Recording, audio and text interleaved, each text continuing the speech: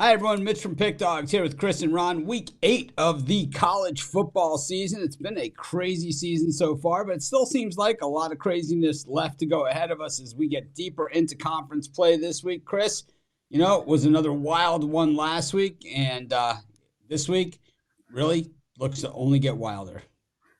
Yeah, and that's saying something considering that last week there were 5 games that had teams in the top 10 that were decided by 3 points or less or needed overtime. So I think there's going to be some more fireworks this week, and I'm ready to see them go off.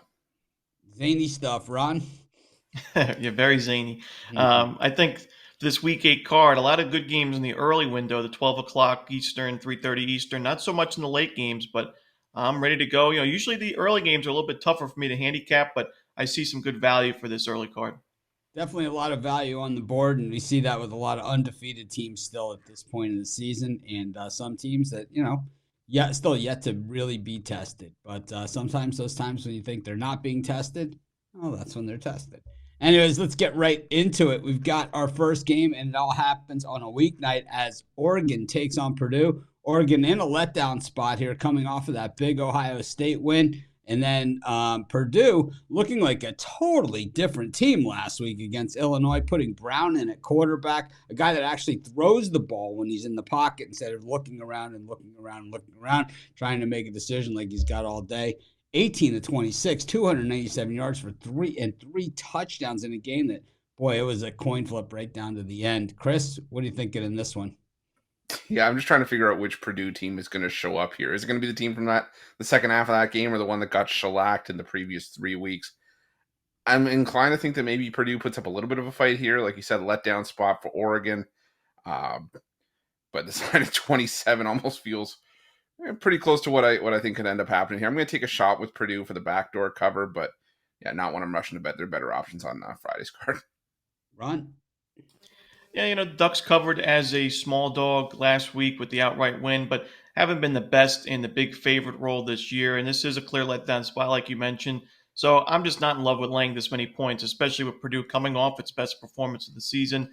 This is a team that's been able to run the football. 5.4 yards per carry on the ground, right around 156 rushing yards per game. So if they can move the chains on the ground and put up some points, 536 yards last week against a very good Illinois defense, I think they'll at least be able to cover the number. I think Oregon wins comfortably, but Purdue covers the number.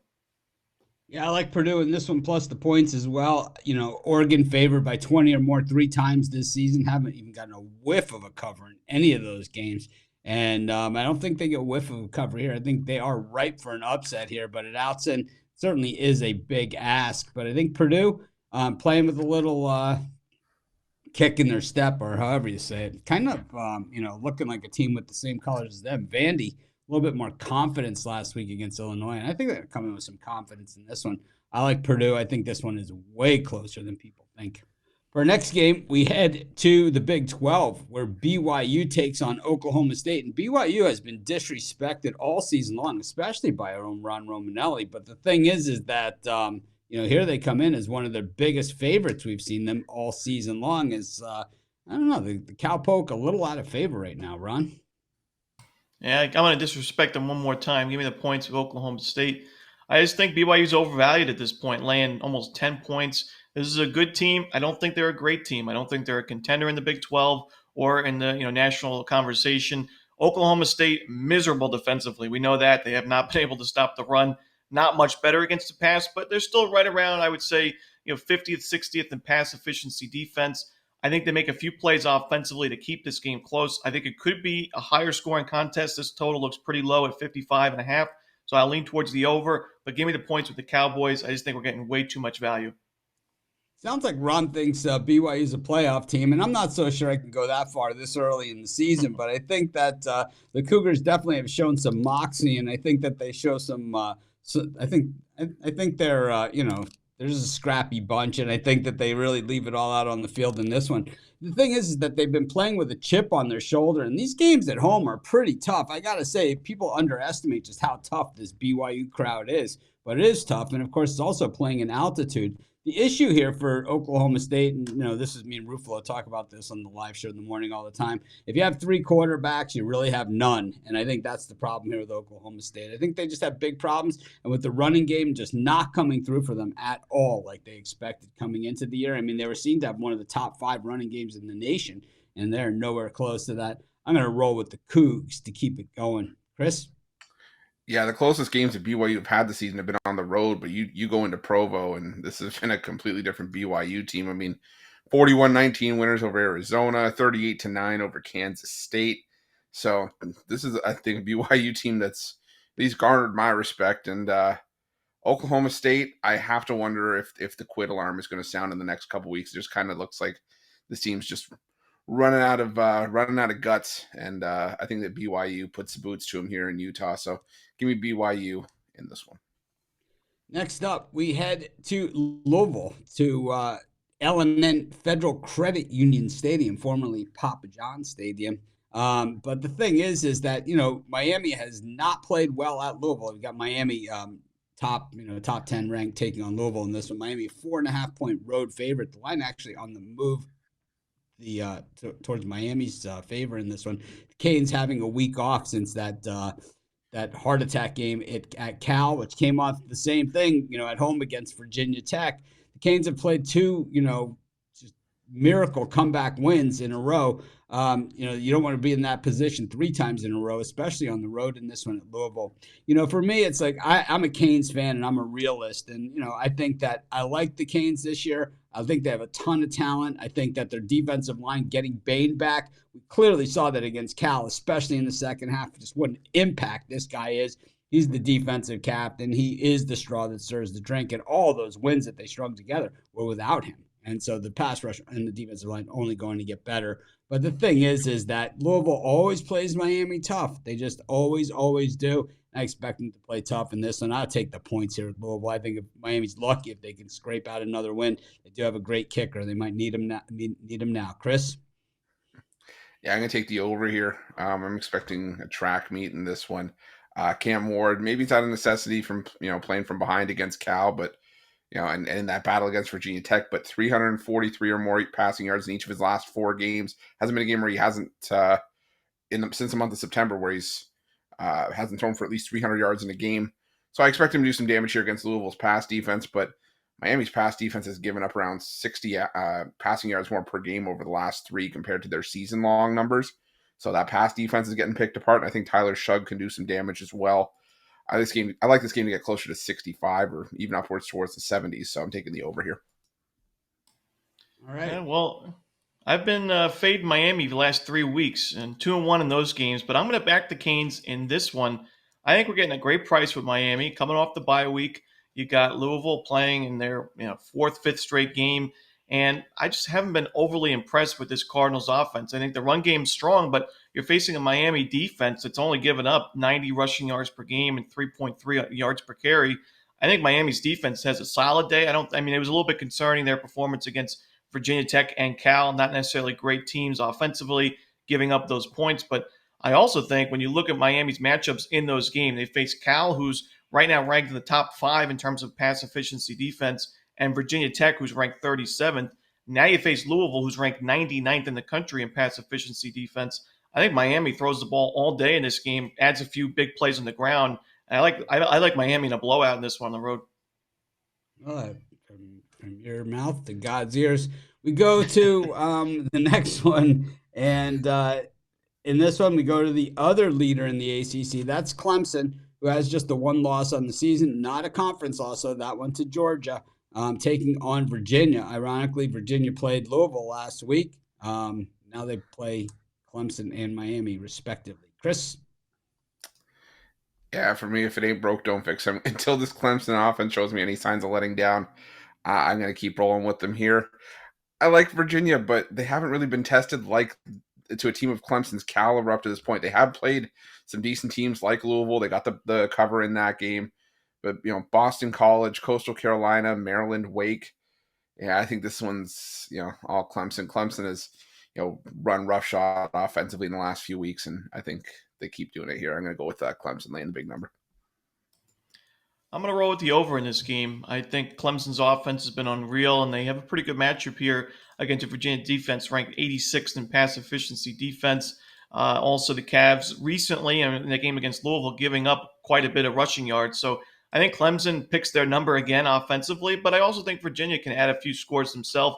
They've been playing in some lower score games recently, but I still like their offense overall. And we've mentioned, Clemson's been outstanding this year, but hasn't necessarily been because of the defense at all times. It's been because they're scoring 41 points per game. So I think we get over this total here, Clemson. I like Clemson in this one. I just see them absolutely rolling. Klubnik has kind of found his groove. I think that maybe he watched a few of those morning shows where my co-host Jay Briggs just absolutely bashed him for the entire last season. But I think Klubnik is out making a point, and I think he's got the FU Briggs in his locker and rubs it a little bit before he gets out on the field every day because he is on an absolute heater. Thing about Klubnik, we have to remember, he was like one of the top recruited guys in his class, and he's certainly showing that he has that kind of stuff. Some guys, it just takes a little more, to go to the next level. We even saw guys like Luther Burden at Missouri. His freshman year, he looked anything but like the number 3 overall player in the nation, recruiting-wise. But now, a couple of years in, he looks like an absolute beast. But I like Clemson in this one. I just don't think Virginia's got the guns to hang with them for 4 quarters. Just seems that once Clemson starts running downhill, man, they're just very, very tough to stop. Don't love that hook, though. Next up, we got Missouri taking on Auburn. Of course, Auburn's got the big QB recruit coming in this year, after this season ends. And we know that they have a coach there that certainly knows how to walk the line when it comes to recruiting. He just seems to be right down the middle, which is exactly where you want to be. It's like if you're not pushing the limit, then you're not pushing the limit. You're not going to get your guys. But they certainly have a guy that does that, and it should be interesting here. They got Missouri coming in. Mizzou, of course, bouncing back from that loss to Texas A&M. They were absolutely undressed, and now they're going to UMass, have a get-right game. They're a little bit of a test there, but they passed. Ron, what do you think? You think that Auburn a little bit tougher test for Mizzou, or you think that UMass really once you've beaten them, you kind of easy after that? This is a clear letdown spot for Missouri after an emotional win over a UMass team that could potentially find its way as the independent in the college football playoff. But no, I think this line is rather telling. You got a 2-4 Auburn team on the road against a ranked Missouri team that had a lot of hype around it going into the season, yet Mizzou's only a 4.5-point favorite. And I think it goes to show you Auburn's a lot better than its current record, and I think Mizzou is not a lot worse, but I think a little bit worse than its current record. And I haven't really been in love with the way that Mizzou has played. We saw them in their one big step-up game against A&M get crushed. 41-10 final score, got outgained 512 to 254. I think Auburn, this is a team that if you take a few mistakes out, turnover-wise, or maybe a lot of mistakes, they're negative 11 overall this season. They can win some of these closer games. It's been the quarterback play issues, the interceptions in inopportune times. But other than that, yards per game-wise, defensively, pretty strong. Offensively, also there. Their offensive line has been a little bit inconsistent recently, but I still think this is a very talented Auburn team, and I like their chances to pull off the upset on the road. Yeah, I can see Missouri getting it done here. I think that the game probably is a little bit closer than some people think, but it still doesn't make it close enough. The Auburn offense, they just make a few too many mistakes for my taste. 119th in the nation in fumbles lost. Not very good. They're 129th in interceptions thrown. These are 2 horrible, horrible statistics, while Missouri 18th best in recovering those balls that are on the ground. I just think that's where the difference is, and that's where they find the separation. I think overall, the team's probably, talent-wise, everything else, a lot closer than people think. I think the Auburn rushing defense is not that great, but Missouri's rushing offense not so great. Mostly quarterback scrambles is what they're most dangerous. But I'm going to roll with Missouri in this one. Probably not one that I'm loving to death. Chris, speaking of loving to death. I just don't think I'm getting enough points with Auburn to take a shot on them here. If this line was up over a touchdown, maybe. But, yeah, Missouri hasn't necessarily been tested all that much this season. We saw the one time they actually were. They got crushed by Texas A&M. But, I don't love this quarterback situation for Auburn. So they've been trying to figure out, who's going to be the guy. And it looks like now it's going to be Peyton Thorne, but that's still not necessarily a good thing for me. So I'm going to go with Missouri here. I just think that they are, at the end of the day, the more talented team. I think they get it done by a touchdown. Yeah, the thing about Missouri, they do have the fan-friendly pricing on the snack bar. Just keep that in mind, Chris. $5 cheeseburgers there at Missouri. Yeah, they dropped them from 8 down to 5 for this year's season, making it a little more fan-friendly, concession-friendly.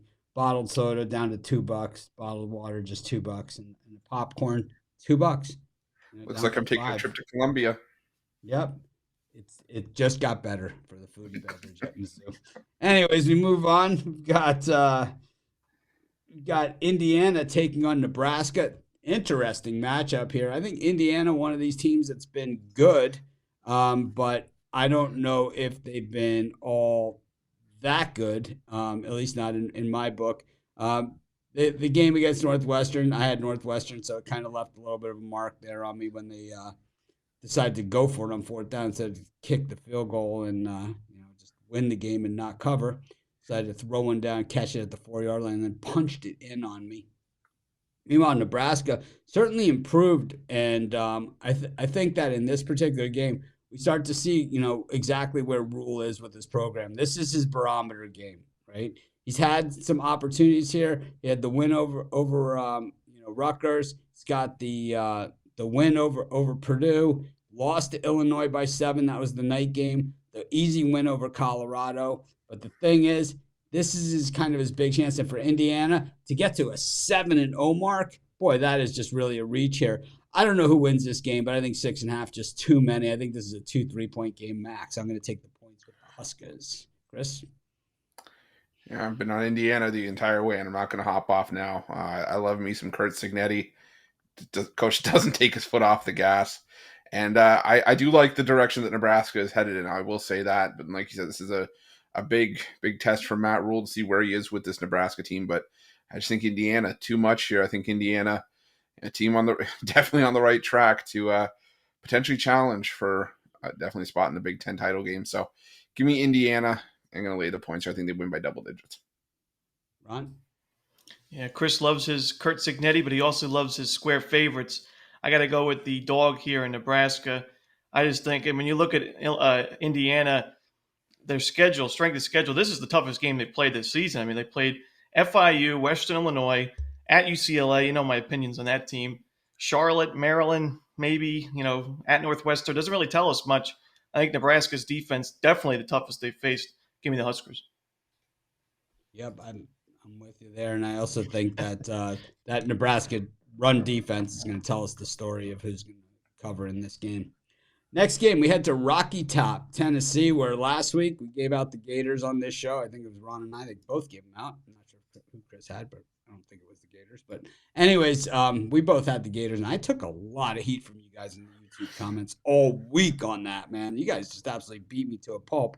But by the time 60 minutes of football had passed, I had already circled my ticket as a winner because I was getting double digits and the game was in overtime. This week, a little bit tougher test. This is a rivalry game. There's those East meets West games in the SEC where an East team meets a West team every single season. This case, Alabama plays Tennessee every single year. This is a rivalry game of rivalries. Chris, who do you like at Rocky Top? Big one. Elimination game pretty much at this point for the SEC. Huge elimination game. But I think I'm going to roll with Alabama here. I just think that they're the less broken here between the Alabama defense and the Tennessee offense. And, I know Josh Heupel will probably have something drawn up. He's a great first half coach. He always has a team coming out of the gate strong. But, yeah, I didn't like how they looked against Florida, even though they got the win in that game. Didn't like how they looked against Arkansas. And I think Alabama can, come out on the road here and get the job done here. I'm interested to see if this line's going to dip below a field goal because I'd maybe like to get them at 2.5, but I'll still lay the 3 here. I think Alabama gets the win here. I just trust them slightly more in the spot. Could always buy that half a point, Chris. We know you're a big spender. Ron? I think at the beginning of the season, we saw Tennessee against some weak opponents put up a ton of points, and this offense was one of the more overrated units in college football. And now we see the last 3 weeks, less than 20 first downs per game, less than 400 yards in all those games. And they have struggled offensively, 3 or more sacks given up as well in those games. So I don't really trust this Tennessee offense like Chris mentioned. And also Alabama's been great in this series against the spread, 13-5 in the last 18 meetings. I'm going to go Bama in this one, lay the small number. I don't like the way Bama's been playing at all on offense, and I think that they've been sloppy. And I think if you're sloppy on the road in a rivalry game, you are going to lose outright. Alabama turning the ball over on the turf, 107th in the nation in fumbles lost. Man, if Nick Saban was ever 107th in the nation in fumbles lost, I don't think his players would ever leave the practice field all week. 76th in the nation in sacks allowed for this Bama offense. Just absolutely terrible on the offensive line. They've been getting whipped. 102nd in sack yards and yards lost per sack. I mean, whew, every time Milroe's sacked, it's 16 and a half yards behind the line of scrimmage. That is ugly, and ugly. Or 16 and a half yards per game. I'm sorry. Got a little carried away. But anyways, I don't like the way this Tide team is looking. They look broken, and I tell you what, I don't think they have a coach that has answers. This is an Alabama team that's had to replace a legendary head coach on several separate occasions and have never done it successfully. It always takes a few different tries at it, and I don't think they have the answer here in DeBoer. I think Tennessee just enough, and I think with this raucous crowd at Rocky Top, like Ron said, they're sick of getting their ass kicked by Alabama. I think they've turned the table on the Tide, and this is a very weak Tide team. They were lucky to get out of there against South Carolina with that win last week. I'm going to take Tennessee outright. Go to Georgia Tech, where Georgia Tech, where Notre Dame comes and visits Atlanta. Of course, that famous Rudy game was against Georgia Tech. I think most of those players are no longer with the Ramblin' Wreck at this point, but still, they have to watch that movie every single time. When Rudy Rudiger does get on the field, does make the sack, and of course, carried off the field against that Georgia Tech squad. Ron, does Rudy get carried off the field again this week? You know what? We just talked about how Alabama was strong against Tennessee against the spread in recent meetings, and the same thing goes for Georgia Tech. The home team, by the way, is 4-1 in the last 5 meetings against the number, but Georgia Tech is 5-2 in the last 7. So I got to go with the Yellow Jackets in this game. I just think they match up really well with what Notre Dame looks to do. I mean, Georgia Tech only giving up 1 sack overall this season. One of the best offensive lines, one of the most improved units in all of college football this year is that O-line. Facing a Notre Dame team that's been able to get a lot of pressure on opposing QBs recently, 4+ sacks in 3 of the last 4 games. So if Georgia Tech can continue to play well on the offensive line, move the chains via their ground game, I think they're a live dog. I mean, we're getting double digits right now. Notre Dame's a very tough team. Ever since that loss to NIU, they've been dominant, but I got to go with the points here with the Yellow Jackets. Yeah, I'm not going to let Rudy dress for me this week, but I think that what I am going to do is stick to Georgia Tech in this game. This is a traditional rivalry, and I know it doesn't get a lot of the ink that some of the other traditional ones get. They don't play as often as they used to, but they used to play every single year. And Notre Dame has had the great head coaches, Newt Rockne and Ara Parseghian, who was Rudy's coach before Dan Devine took over. And then, of course, Georgia Tech had some guy named John Heisman was the head coach at that school, who the Travis Hunter Award was named after.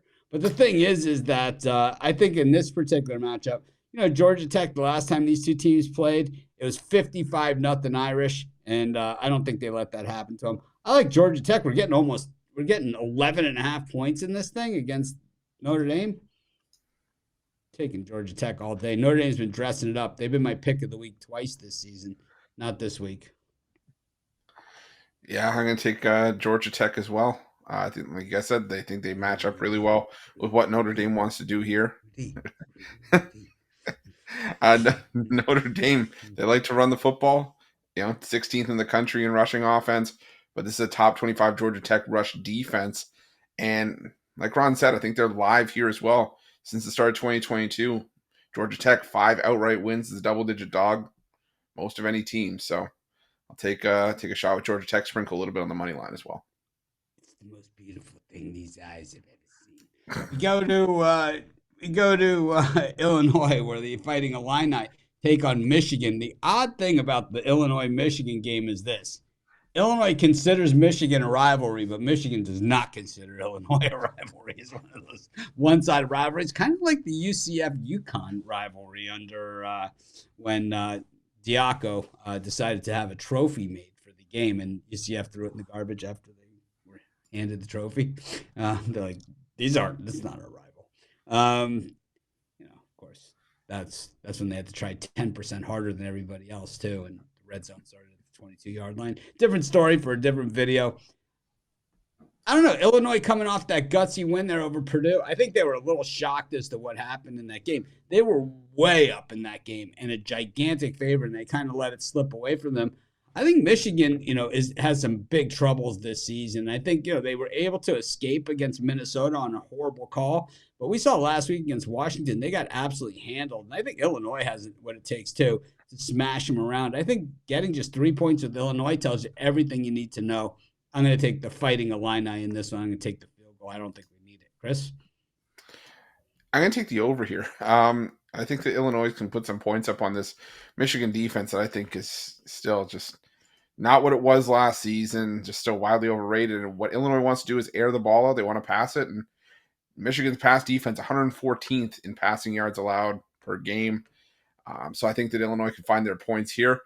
I also just, like I said, if you can give up 49 to Purdue, you can definitely give up, 17 to 20 against Michigan, who likes to run the football. And that's the weakness of this Illinois defense. So for me, I'm taking the over 43.5 in this one. Yeah, this is a tough one. Illinois has done well against the spread recently, but for me, I don't think that Michigan's defense is overrated. I like this defense, and they've been excellent against the run. They get a ton of pressure on opposing quarterbacks, and their pass defense in terms of efficiency is still up there in the top 40, better than Illinois'. I think that when you look at Illinois and their run defense recently, it's been miserable, giving up. We just talked about Purdue putting up 7.5 yards per carry. Penn State ran the ball over them. So Michigan, we know that this offense has been one-dimensional this year. Their quarterback play has been miserable, but they have been able to run the football well. If they can move the chains on the ground consistently, I think they'll have no problem in this game. So I'm going to go with Michigan. We had to Arizona, where the Wildcats get back on the field, taking on Colorado, who really have shown some good stuff in recent weeks. We got to give some credit where credit is due. But of course, a lot of injuries now starting to mount for this team as, I don't know, they got a quarterback that kind of hangs all the rest of his players out to dry there. But anyways, Chris, what are you thinking here as we head to Arizona? Another game where I think I have to take the over. I think that's what I'm going to have to look at for Colorado games the rest of the season. I think there's going to be, back and forth games the entire way. Total, I would say a little bit higher than I would have expected at 56, but I still think you can get into the 60s here, or even another 31-28 kind of game like we saw against Kansas State. Colorado, they can still go after this, Arizona pass defense. It's middle of the road in terms of pass defense, but Arizona, Noah Fafita, Tedero, and McMillan should have a field day against Colorado's defense as well. So give me the over 56 in this one. Ron? I'm going to go the other way. I like the under in this one.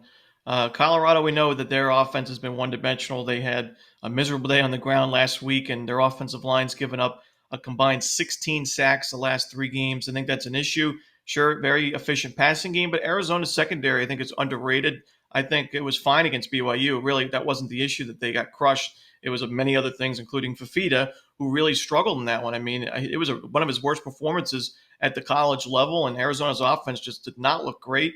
I think we see a low-scoring game, and because we've seen some higher-scoring contests for Colorado recently, we're getting actually a pretty good price on this total. So give me the under.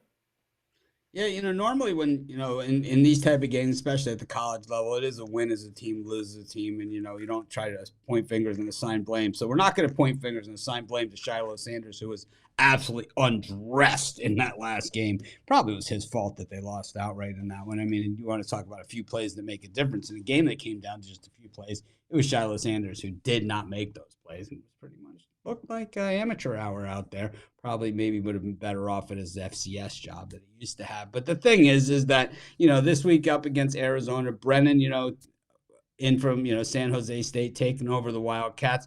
We see a lot of coaches that move from, smaller programs to the big ones. We see it at from JMU to Indiana, Chris's favorite little story. But, Arizona, getting the Arizona job from San Jose State, You don't see too many San Jose State coaches that have been elevated over the years like that. I don't know. I kind of like the Cats in this one. I think they take it physically to them. I think Colorado not at full strength. Going to have some problems. And, of course, Hunter probably will go in this one. But it'll be interesting to see how much he goes. And, Deion Sanders certainly treated him with caution last week, something we have not seen at his tenure at Colorado. Normally he hangs him out to dry. Did not do that. Of course, the Colorado passing offense has been there, but a lot of injuries at wide receiver now. And the Arizona defense, not great. This one, I like Arizona. I think they just pick them up pot. Go to Arkansas, Fayetteville. Oh, this is a big-time rivalry here as LSU visits the Hogs in Fayetteville. This is a trophy game, Ron, and big-time SEC contest. This is one that normally is reserved for that day after Thanksgiving type game, but not this year. They're playing it early. Yep, Arkansas is 4-1-1 against the spread in the last 6 meetings between these two. I like Arkansas in this game. I would have liked it a lot better before the line really tanked. LSU opened up as a 9.5-point favorite down to 2.5, 3 points now. But I still think Arkansas wins this game outright, so I'll still take the points and sprinkle on the money line. Arkansas has been competitive this year. They've had some big-time step-up games. At the beginning of the season, it was at Oklahoma State. They played at Auburn. They played neutral against Texas A&M, and were competitive in that one. Outgained the A&M by almost 100 yards in that one, and then a outright win. Now, this could be considered a letdown spot. The great thing is, though, for Arkansas is they're coming off the bye week. I think if this was played right after that win against Tennessee, I'd be more hesitant. But in this spot, I'm going to go with the Hogs in this game plus the points. Yeah, you really don't want to strain your back too hard trying to pick up that Golden Boot trophy. 175 pounds. Oh, wow. Weighs. Yeah, it's a big boy. 4 feet tall, 24 karat gold. Yeah, this is well worth playing for. These teams leave it all out on the field, but it is. I love me a good trophy game, and I tell you what, the Hogs have definitely stepped it up this year. And I think that this Arkansas, while they might not have fully turned the corner, I think they're a lot better team than what we've seen. I think their program headed in the right direction. I think image licensing, paying players, all that sort of stuff is going to favor a lot of schools the further we go into it. And I think Arkansas is one of those type of programs where, you let them put a little money behind it. They got no problem. There's a lot of money in Arkansas, man. There's a lot of money in Arkansas. That's where Walmart was founded. The Walton family lives in Arkansas. So, pretty solid stuff. I'm going to take the Hogs in this one. I'm not a big LSU guy. Congrats on your win over Ole Miss. Congrats on completing that pass at the end of the game to screw me out of my cover. Congrats on, for his last 2 passes were both touchdowns. But I'll tell you what, I like the Hogs to run hog wild in this one. Next one, we head to Austin where the Texas Longhorns. Oh, did you go, Chris? I didn't know. Go ahead. Sorry. I'll take I'm going to take Arkansas here as well. For me, it was interesting that the last 4 meetings all decided by a field goal. That's how competitive this has been. But I'm with you. I like what Taylor Green has brought to this team. I like Arkansas on the spot. I like what Ron was saying about the bye week as well. Gives Arkansas a chance to refocus while LSU has to come in off of the win over Ole Miss. So I like Arkansas plus the points and to win this game outright as well.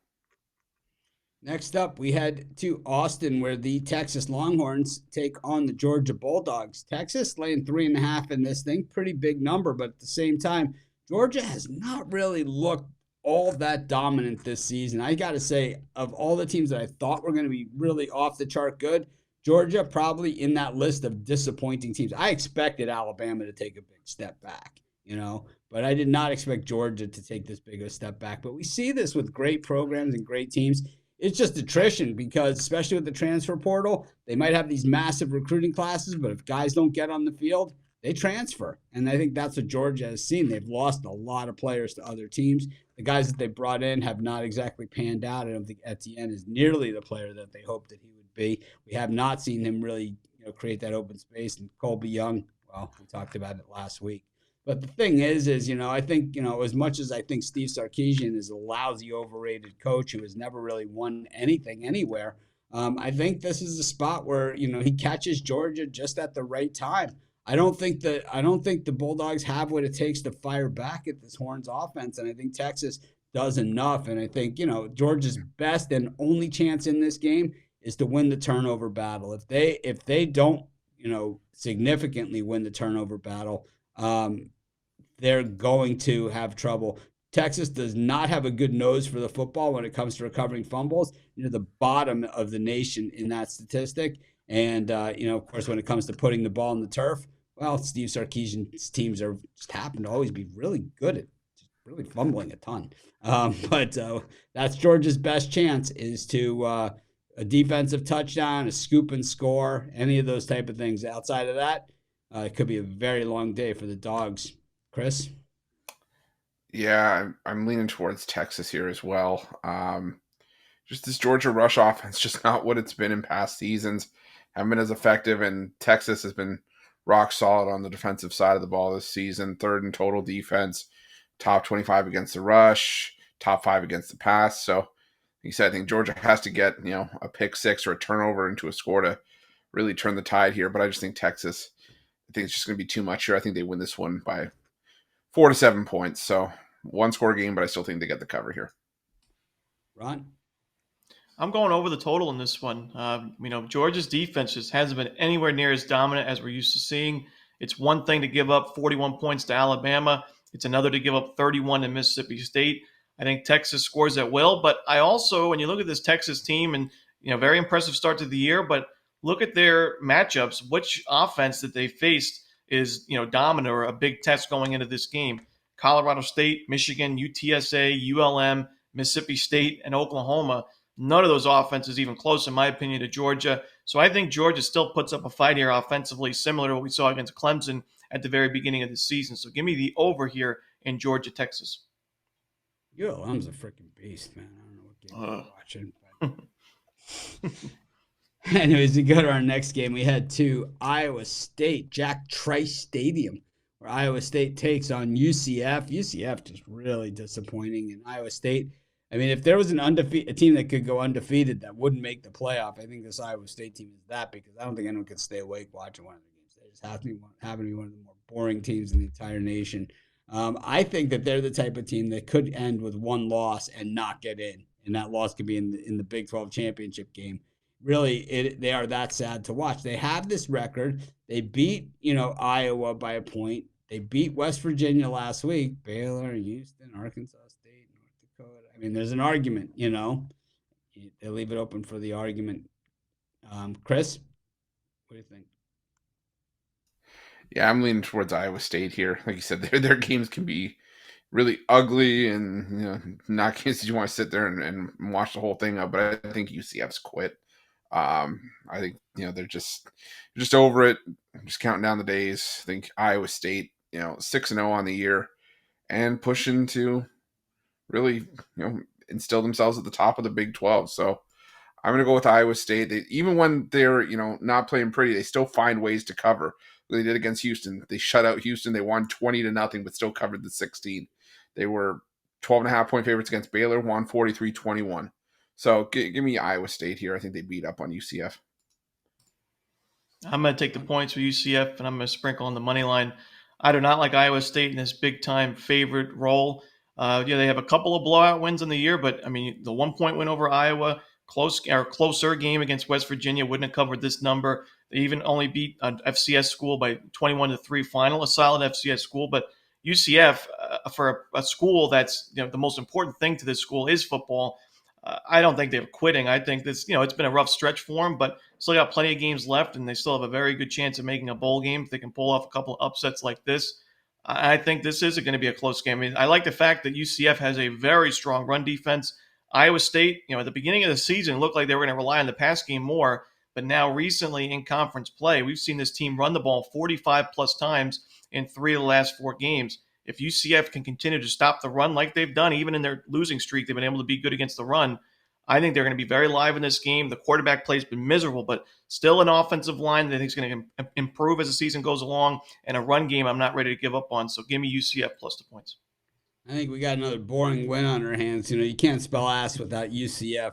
Well, I guess you can, but you don't have to, because they've been straight ass this season, especially in these tougher games. It's like they just, to me, that game against Cincinnati, it was not even nearly as close as the score. The Bearcats kind of let them hang around a little bit, but I mean, it was not a close game at all. UCF has just been terrible. The game against Colorado, the gift show, 122nd in the nation, putting the ball on the carpet, not a good thing. You're up against an Iowa State team that really not very good in the fumble recovery department. But where they are good is ball hawking defense as far as the interceptions go. And UCF, 2.8 sacks against per game. That's about 1.8 too many for my taste as well. I'm going to go with Iowa State in this one. I don't love them, and I like I said, they would be the worst playoff team ever. Watch them end up playing Miami right in the playoffs or something. But I don't see it. I'm going to have to go Iowa State in this one, unfortunately. Yuck. Anyways, our final game, we head to the Swamp where the Florida Gators triumphantly return home after losing to the Vols in overtime. It's a moral victory. I don't think it's going to be enough to save anybody's job, but a win next week might do it against the Georgia Bulldogs. But the thing is here's Kentucky, who's been a little bit of a thorn in the side to the Gators recently. Ron?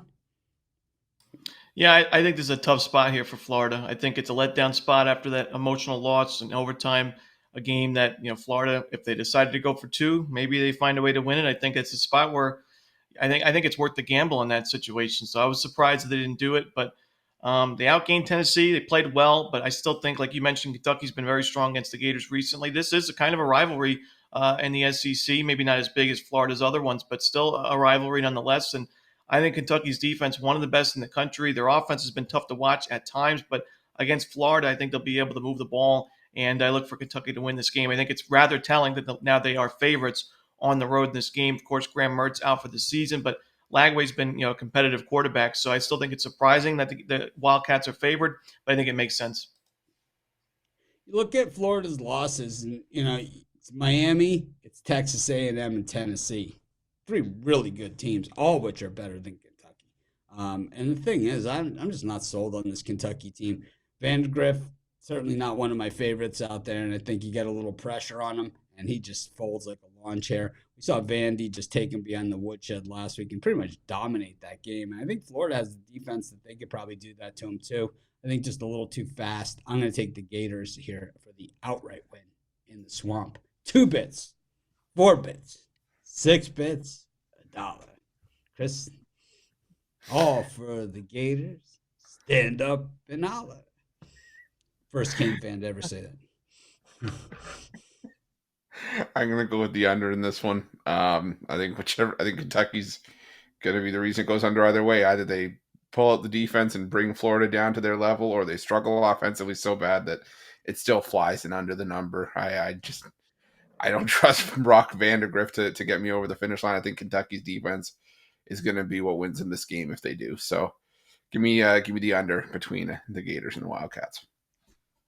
All right, well, that wraps up this week's college football show, week 8 of the college football season. I know it seems like we're getting deep into the year, but it seems like also at the same time, just really getting started, heading into some of these big-time games. And, it's like a lot less of these, weeks with nobody playing anybody, as next week's Texas-Vandy game, looks a little bit better. Alabama, Missouri, Texas A&M, LSU. BYU goes to the bounce house. It's a long road trip there. Nebraska, Ohio State, Notre Dame against a ranked Navy team, Washington, Indiana, Oklahoma, Ole Miss, Oregon, Illinois. It just goes on and on. Miami, Florida State is next week. That'll be a night game on ESPN. Kentucky, Auburn, Michigan State, Michigan. Cincinnati, Colorado. Going to need that one if they're going to get to that magic number. Thanks, everyone, for joining us. Chris, any parting notes? Now let's make some money this weekend. It's a great schedule of games and, some great matchup. We can't wait to watch that Georgia-Texas matchup. Ron? Yeah, thanks for having me, Mitch. UMass money line as always. They're not going to – I think they're playing Wagner next week, so good spot for the Minutemen to pick up a W. Probable spot. We're used to Maction on the midweek games, but it seems that October is Sunbelt October. Just like November seems to be Maction. I think it's Sunbelt Octobers these days. Is Middle Tennessee, Jack State, Kennesaw State, La Tech, UTEP, all pretty much running the shows. Thanks, everyone, for joining us. Make it a winning day. We appreciate all of you, and we'll see you next week here for Week 9 of the 2024 college football season.